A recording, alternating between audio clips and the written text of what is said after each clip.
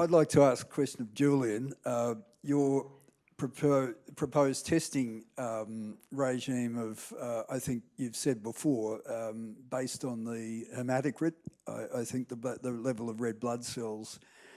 Why doesn't WADA go for an omnibus testing regime? Because it seems to me they'll never be able to solve the testing problem. There are so many compounds and so many masking agents.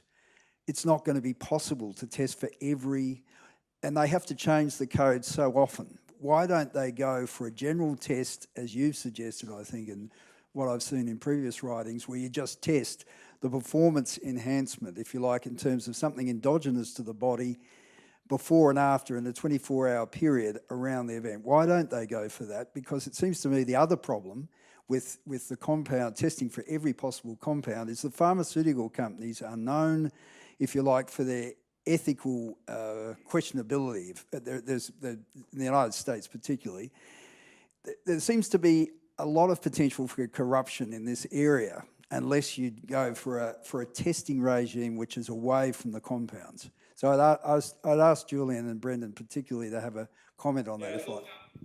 WADA has become more religious movement. Now it's been virtual addict, and they just can't give up on this zero tolerance approach. So I think the real issue is to start with the AFL with enforceability, fair enforceability.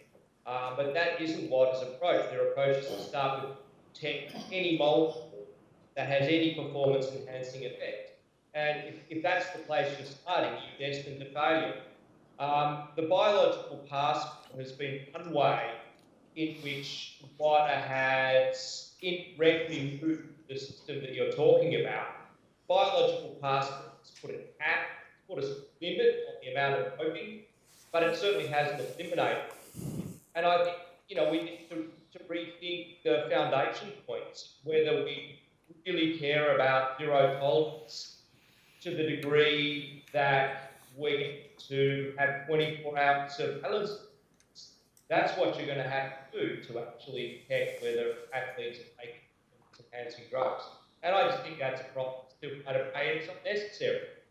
I think the big picture on the estimate is even if the athletes did take the substances they're alleged to have taken, the punishment was disproportionate and misdirected.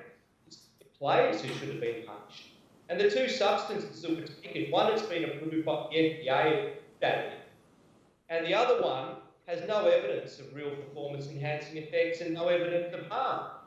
So why on earth create this catastrophe?